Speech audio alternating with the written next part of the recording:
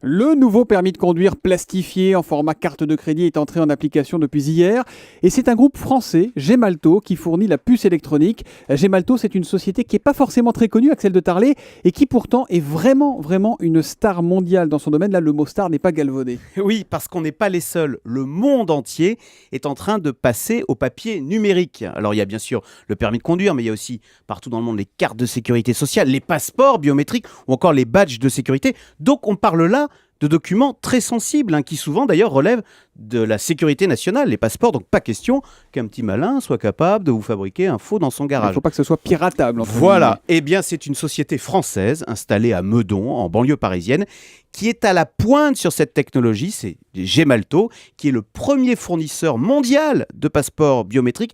La société travaille pour une bonne trentaine de gouvernements, dont, excusez du peu, les États-Unis, Plutôt exigeant. l'Inde, l'Italie, le Maroc, le Danemark. En tout, 93% du chiffre d'affaires de Gemalto est réalisé à l'international. Comment ça s'explique, Axel? Pourquoi cette entreprise-là, Gemalto, a-t-elle acquis une telle compétence? On a l'impression qu'elle est seule. Eh bien écoutez, on va dire tout simplement que c'est le génie français. La Très carte bien. à puce, c'est une invention française, 1974, Roland Moreno. Et du coup, très tôt, les banques françaises ont été les premières à passer à la carte à puce. Aujourd'hui, Gemalto travaille pour 3000 banques dans le monde. Et voilà comment les Français ont eu un coup d'avance que nous avons toujours gardé.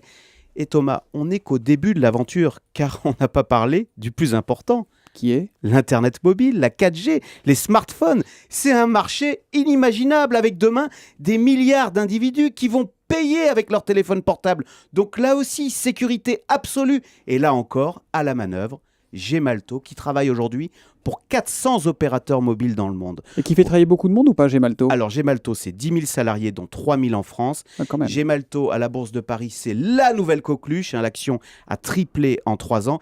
Et cela confirme que, contrairement à ce qu'on entend souvent, nous, Français, sommes particulièrement capables de réussir dans la mondialisation.